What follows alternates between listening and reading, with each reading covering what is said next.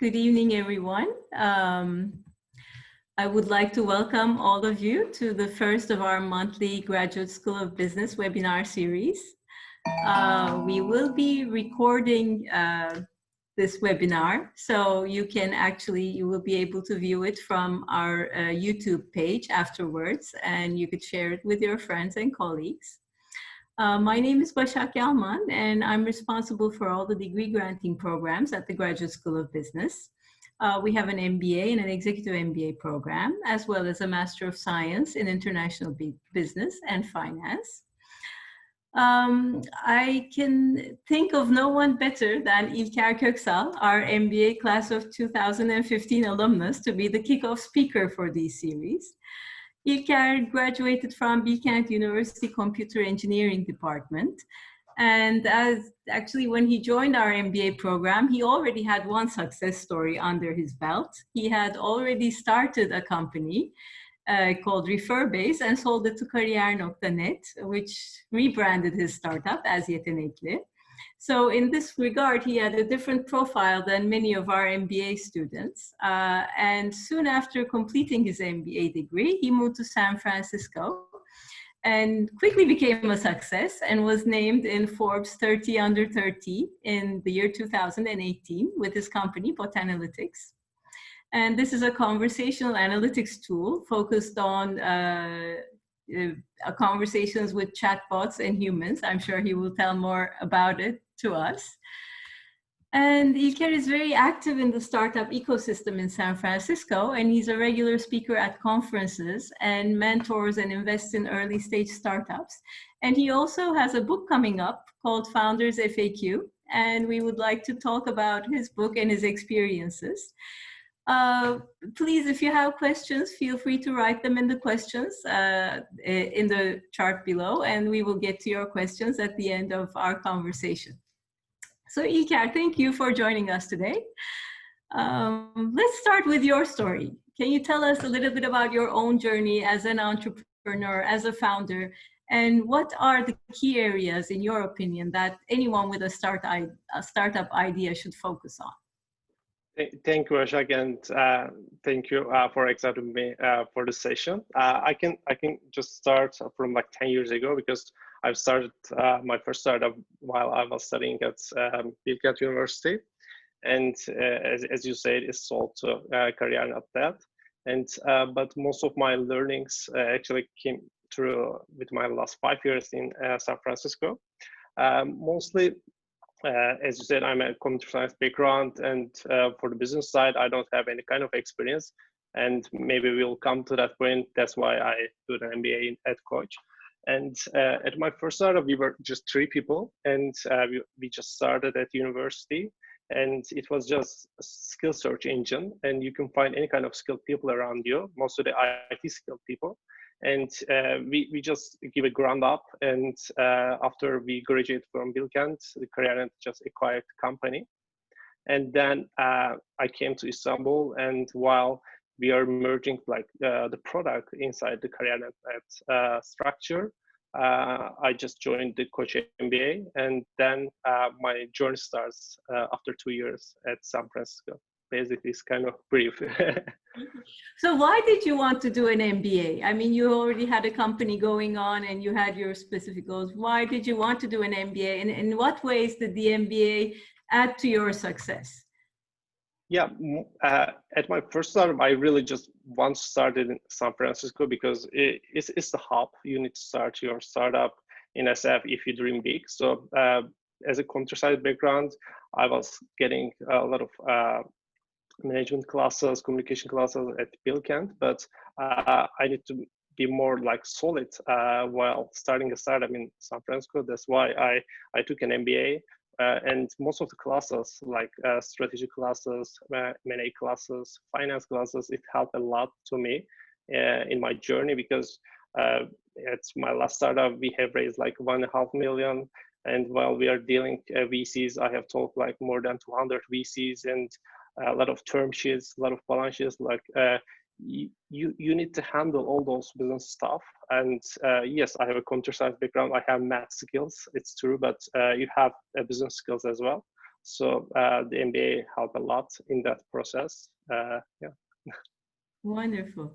And you also mentioned just before we were talking about how you sort of also went to the US with as part of the MBA as the Global Network of Advanced Management. So maybe you can talk a little bit about that experience as well. Yeah, it was like New Haven. We just went to Yale for the approximately like 9 to 10 day program, and after that program, I just went and stayed like around 15 days in there. And on those days, I have talked a lot of people in there. And then when I came to Turkey, and I decided to, yes, I need to start a company in San Francisco at this time. So after the MBA just finished, I just got a one-way ticket with my co-founder, and then it was weird because of the one-way ticket, we got a problem while entering the US. So because we don't have a ticket for go back to Turkey. So anyways, we just went SF and started a company in there. It was kind of this story. So can you elaborate a little bit? I mean, so you already had the experience of starting a company in Turkey under your belt, but I'm sure there were some similarities, but also quite a few differences in starting a company in the United States and San Francisco. Can you elaborate a little bit about that? Yes, exactly. It's totally different. Like San Francisco ecosystem is pretty much different than the Turkey ecosystem, because like Turkey is a developing country. Like SF is totally different than the New York or Austin or LA. So SF is kind of really small hub in US. I cannot compare any kind of city in the world with SF. So the first thing is actually I can talk my strategy in here, because my first pillar is to start a company in SF. This was my first pillar, because when you start a company in SF, you can reach out to capital like the VCs more easily. Like 99% of the SF VCs invest in SF company, or mostly US company, not a Turkish company or any kind of city you have owned in the company. And this is the first thing. And the second thing, you can reach out a lot of stakeholders in there. For example, at Analytics, we partnered with Amazon, Facebook, Google, all those players and giants, and it boosted up a really great growth and scale the company.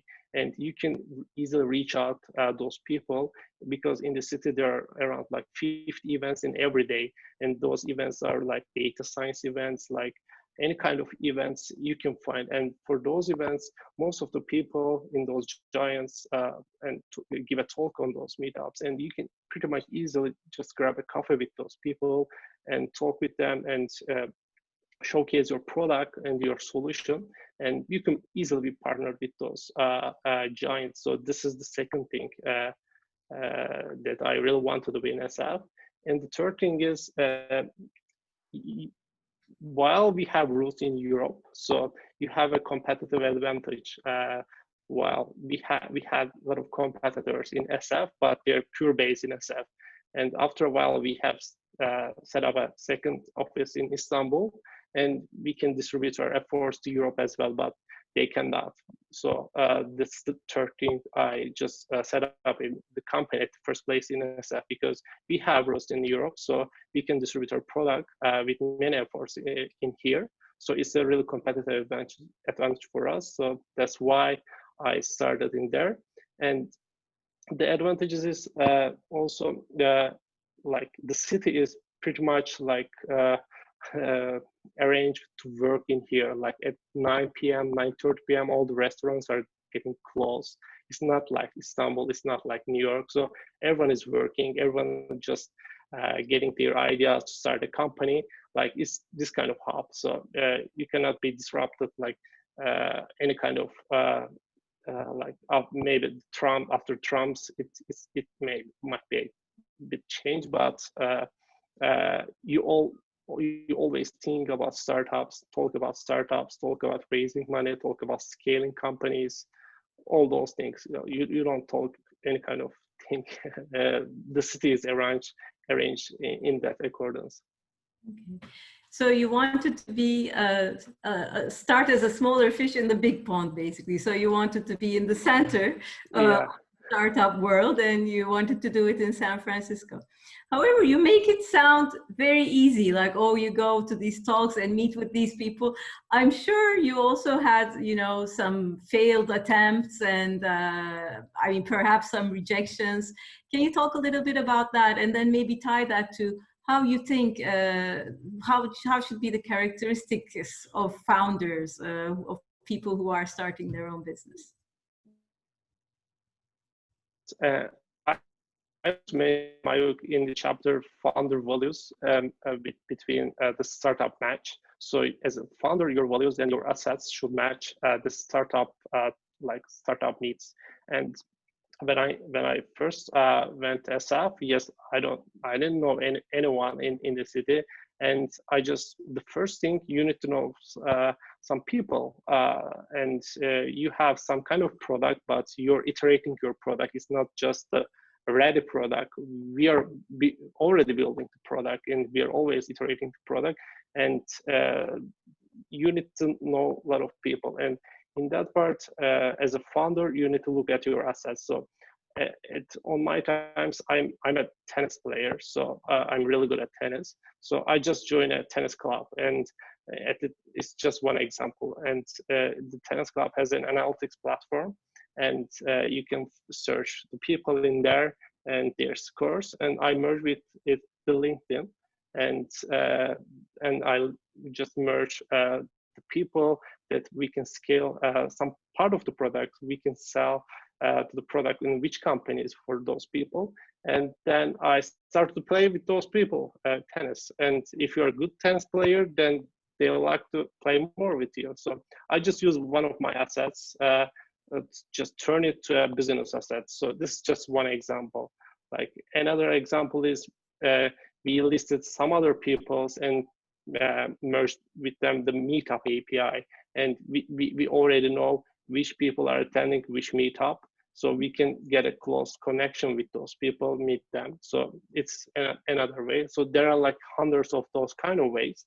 For example, I gave growth lessons in a growth academy, in a biggest growth academy in SF, and I meet a lot of new founders who were selected to 500 startups, Y Combinator.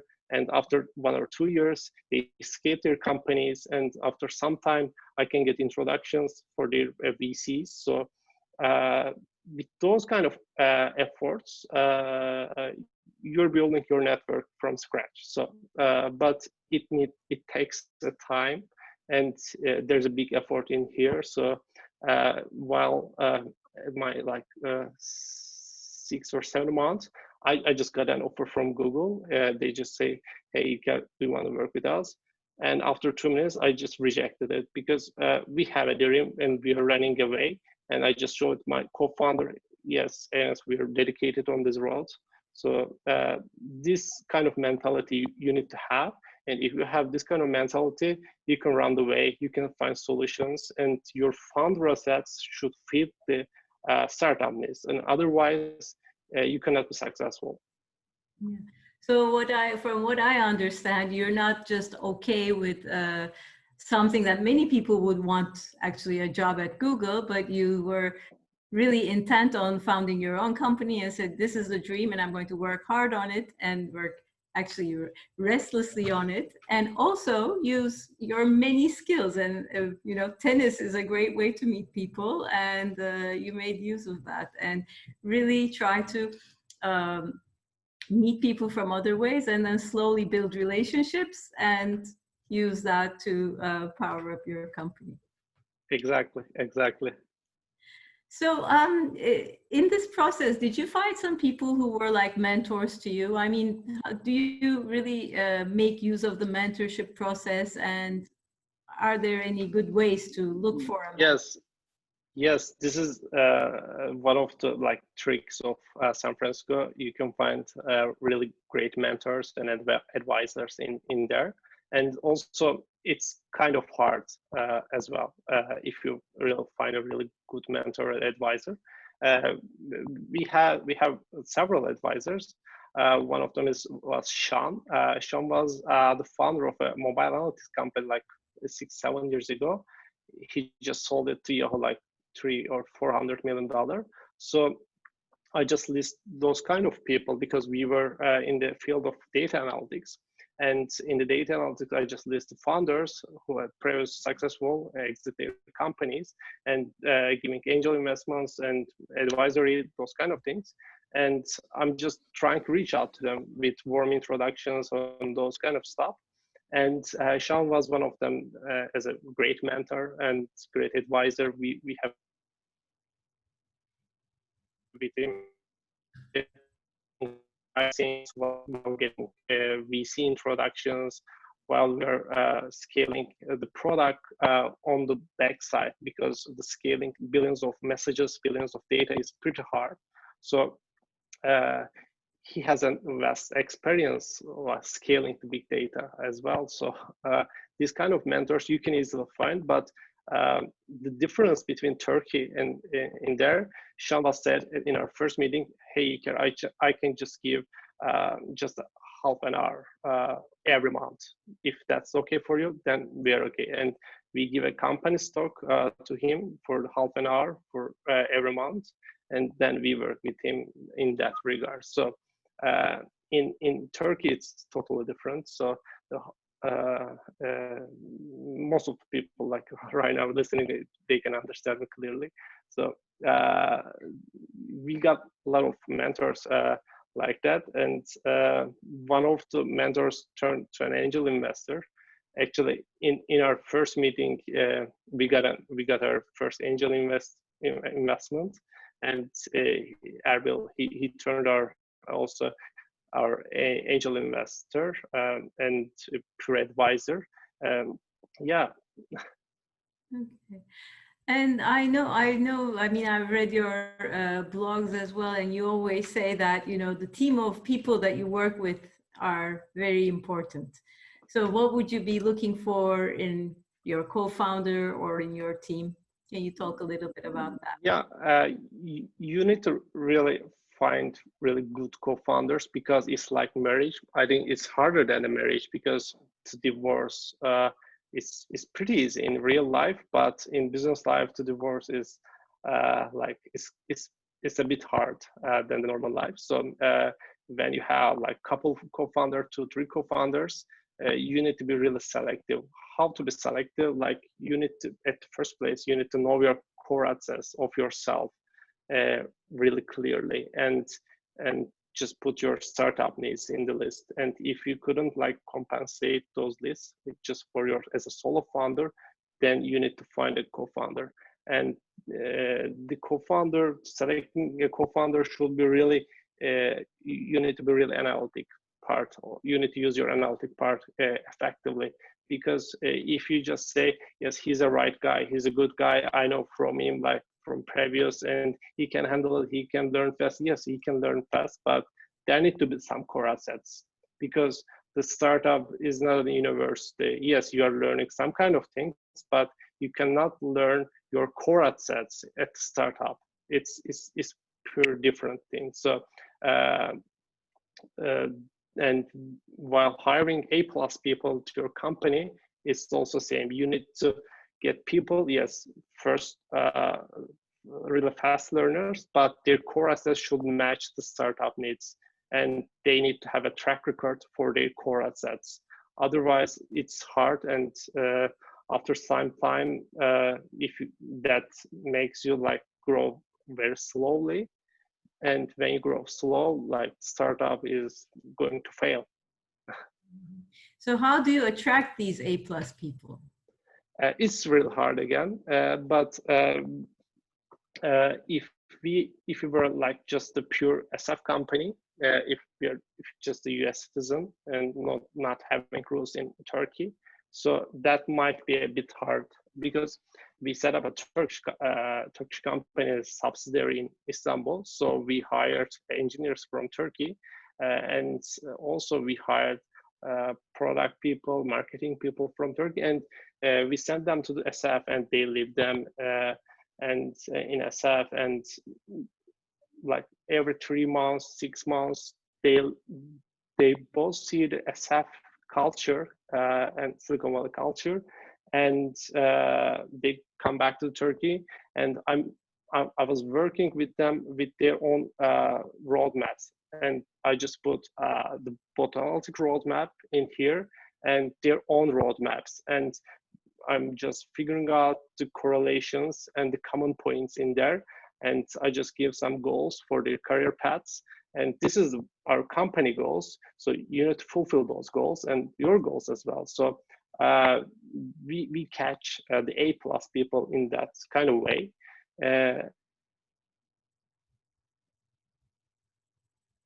Expensive to get really great talent because it's really competitive. But if you have some kind of roots like Turkey, it might be a good advantage So for great. you. We have good people in Turkey that you can. I think so, yeah. And what do you do to make them as passionate as you are about the business and about the business's growth? Yeah, they just see the founder and how the founder works in day to day.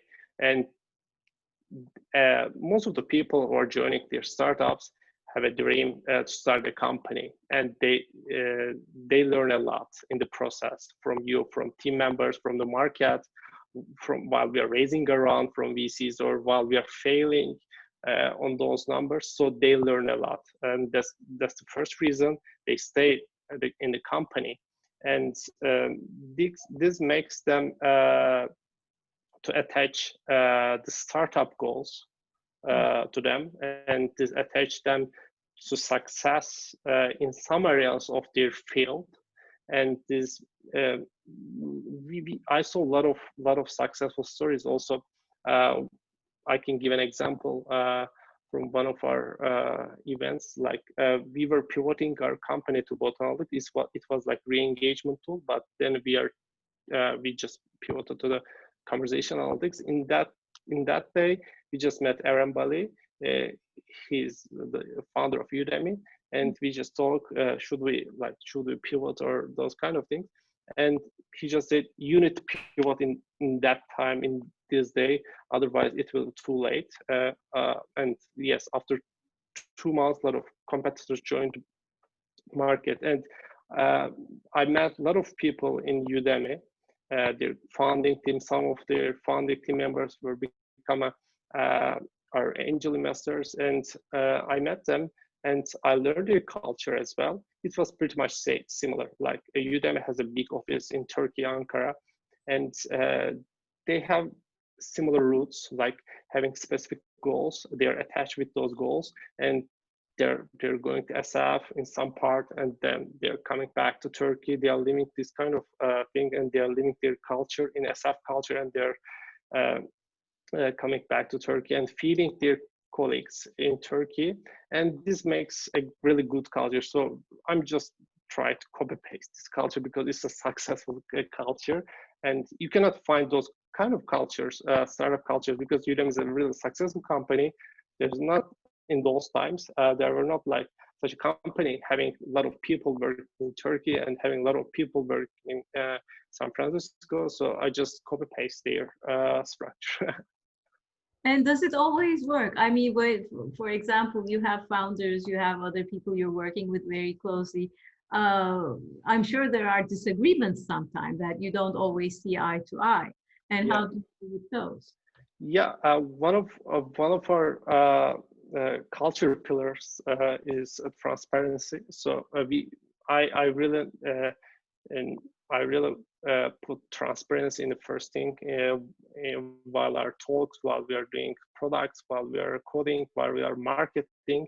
So transparency is pretty much important, because if you are not able to show your skills in your own path, there's a problem in here. And if this problem happened because of the hiring process, in the first hiring process, this is the founder problem.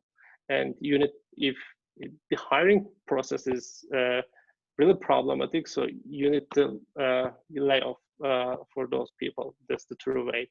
And but if it's not, if it's like a management problem in a startup, you need to put transparency a lot, because you need to talk very clearly, and you need to talk with not one-to-one, but in a group session, and everyone just be know that yes, I'm doing this stuff, and she's doing that stuff, he is doing that stuff, and I failed at that stuff. I admitted that I failed at stuff, and people should really talk clearly and transparently with those things and solve the disagreements. Otherwise, it's just the politics inside a startup, and for just a small company that's trying to scale, politics is just a good way to fail. So you cannot make live the politics inside the company, and that's because I really give importance to the transparency to put on the list in the first place. And do you do anything to develop a culture for the company?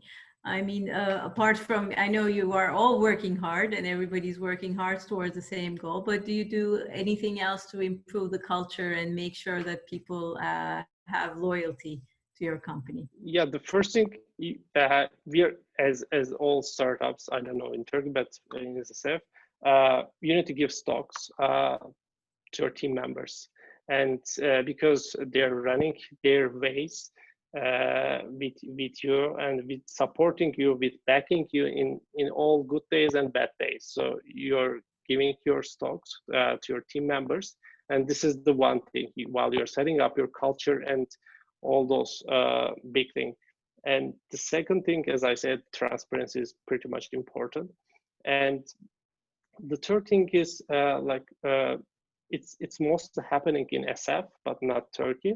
The competition is pretty much high. So while you're working at Twitter is a huge company, but I can give another example. While you're giving a startup that may raise a Series B, 50 million Series B, and while you're finishing your vesting, the vesting is a 4-year period that you're getting all your stocks. Like at the first year, you get some of your stocks, and after 4 years, you'll get all of your stocks. So while you're closing your 3rd year or 4th year, you might be talking some other startups that might be catchy. So this is a hard for a founder, because you have an A+ people, and they're just finishing up their 4 year, and in that time you need to give new stock options to them. That's the true way. So I think the structuring the stock options is pretty much important. First thing, transparency is second important thing, and third important thing, as I say, merging their dreams with your dreams and make true with the reality. So you have your company dreams, your goals, and their dreams, their goals. And as a founder, as a manager, and you need to merge with those dreams to make the reality for them, and this attach all those people to your company.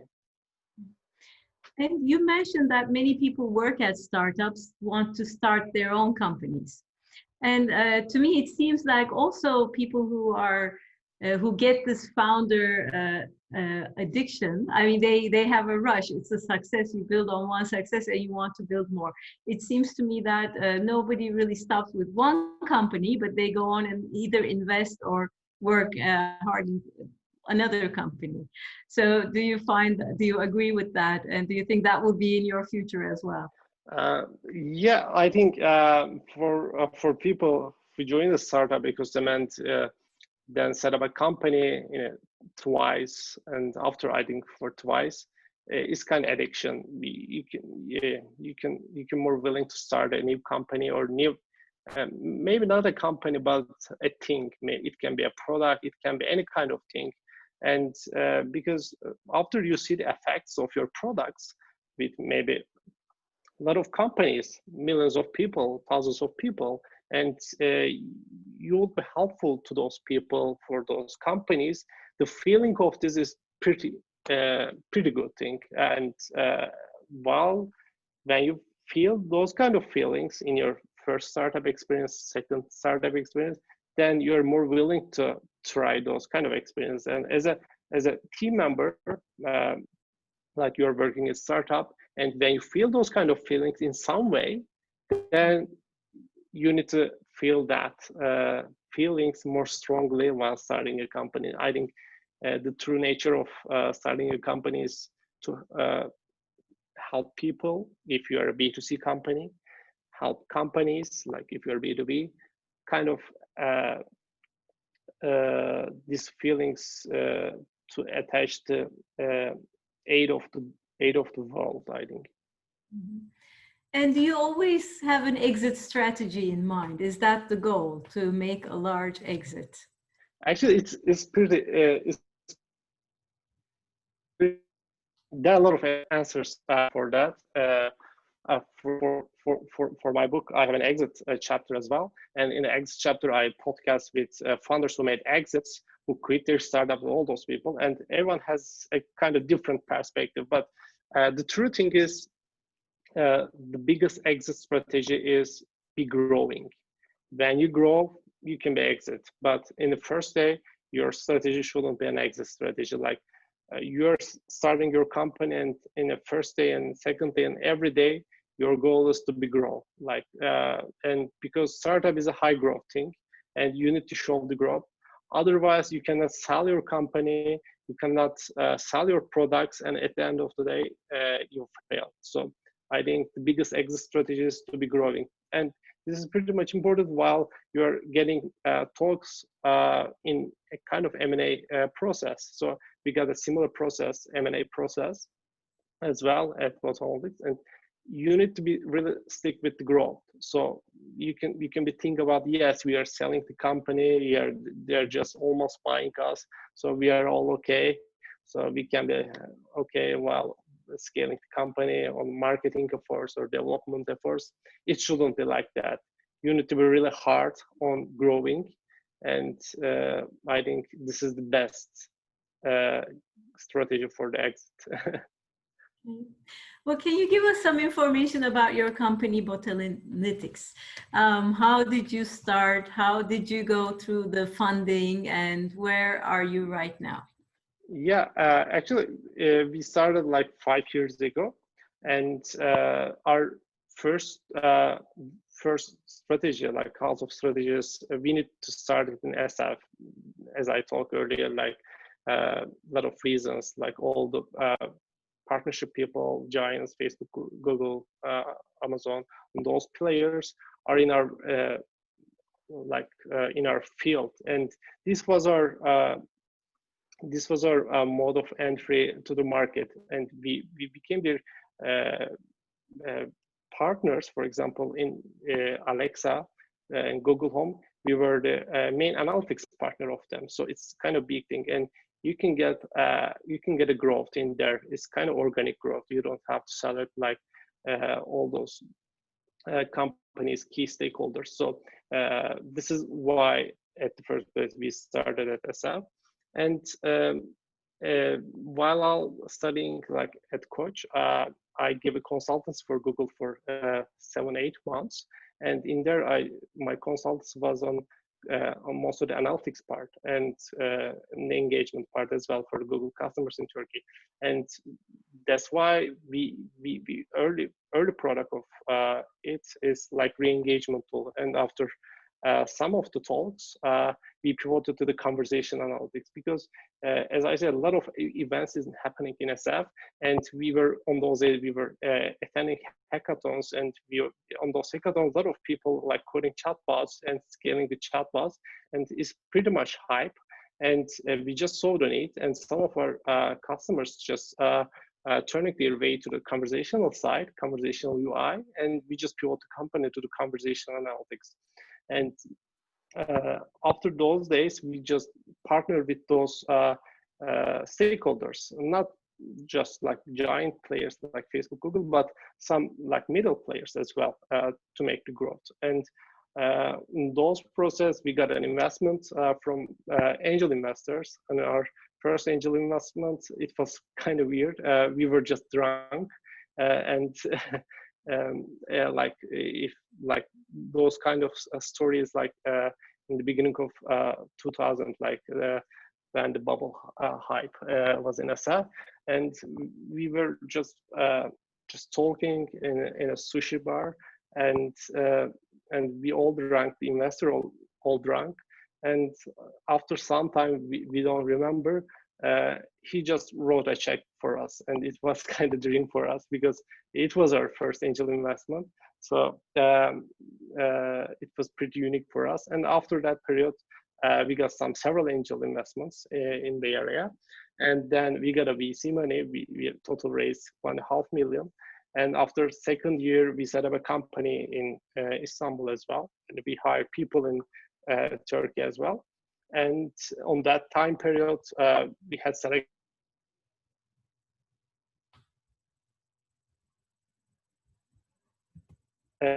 like a while closing to 28, 28, 26, 28. So I just really want to be in the list, fourth list. So we just selected the fourth list. So this kind of process of our company. Wonderful. So I'm going to ask our participants to type in the questions if they have any questions. But I also want to ask you, what would be your 3 suggestions for people who would like to start their own company, either in Turkey or somewhere else? Yeah, I think after pandemic, it's much easier to start a company. I think so because in those years, like 3 years ago, while you're raising from VCs in SF, you need to be in here, like you need to be in SF physically. But right now, Zoom investments just started like 6-7 months ago. Yes, you again need to set up the company in US, but it's pretty basic. You can set up the company remotely in US. And on the B2C side, if you are setting up a company in B2C or B2B, you can all arrange your things in digitally. And the companies, for example, if you're selling B2B direct sales, if you're dreaming to start a company who make like sales, B2B direct sales, all the giants like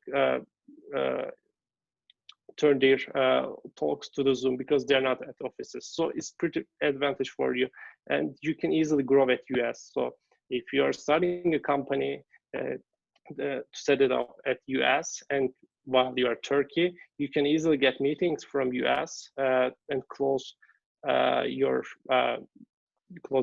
customers while remotely. I think is pretty advantage. The one disadvantage is for the closed networks. For example, I have been living in SF for 5 years. I have really close networks. I can get really warm introduction in a pretty easy way.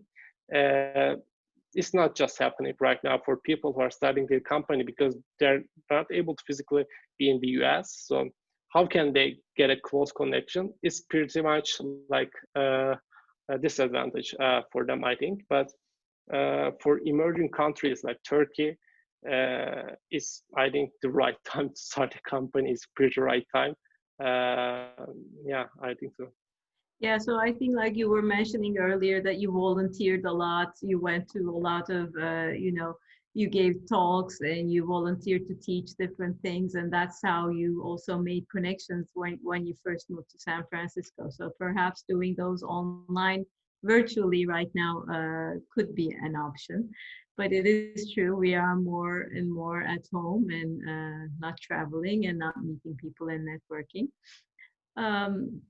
But what is the one characteristic that you think that people should have, and what is the one failure that they should maybe be ready for? I think they will see a lot of, if they start a company, they will see a lot of failures, and that's because the one important thing is their startup story should really correlate it with the founder's own story. So you really need to feel the pain in the first day.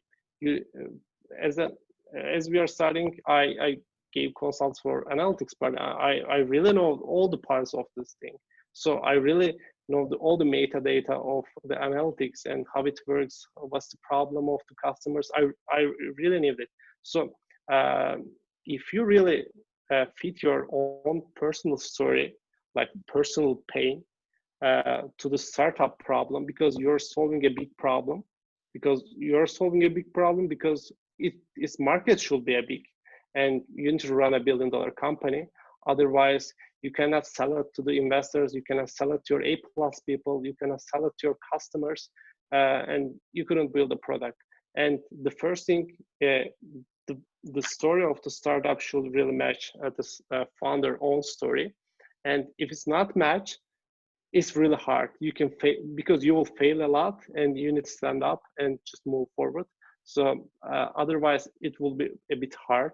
So that's why I just recommend them while picking their startup idea. Yes, it should be a big problem for humanity, but it should correlate it with your own person.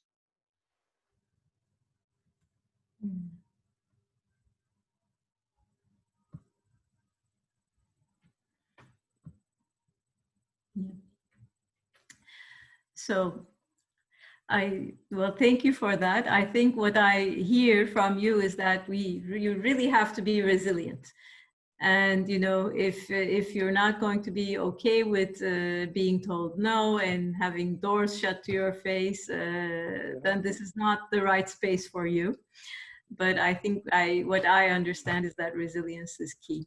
We got a lot of no's while we are raising our VC money. Like I just went like more than 100 VCs, and just one of them say yes. And but I already like went to 100 VCs, I got no. And while you're getting no, you also analyze what kind of no it is. Like should I get a feedback from the no, or there are a lot of types of no's as well, and you need to be really stand strong with those no's. So you will face those no's. Yeah, as you said, you need to be resilient in the process. And use those no's as a learning opportunity. Always. Yes. Well, İlker, thank you very much for joining us tonight and taking time out of your busy schedule to talk to us. I don't see any questions right now. I think we covered a lot of subjects. But I want to mention to everyone again that İlker's book will be coming out in February. It's called Founders FAQ, and it will first come out in the United States, but it will probably be in Turkey by the summer, in Turkish as well. And we will all keep you updated with our webinar series. So please join us also next month. And thank you, İlker. Thank you for joining. Thank you.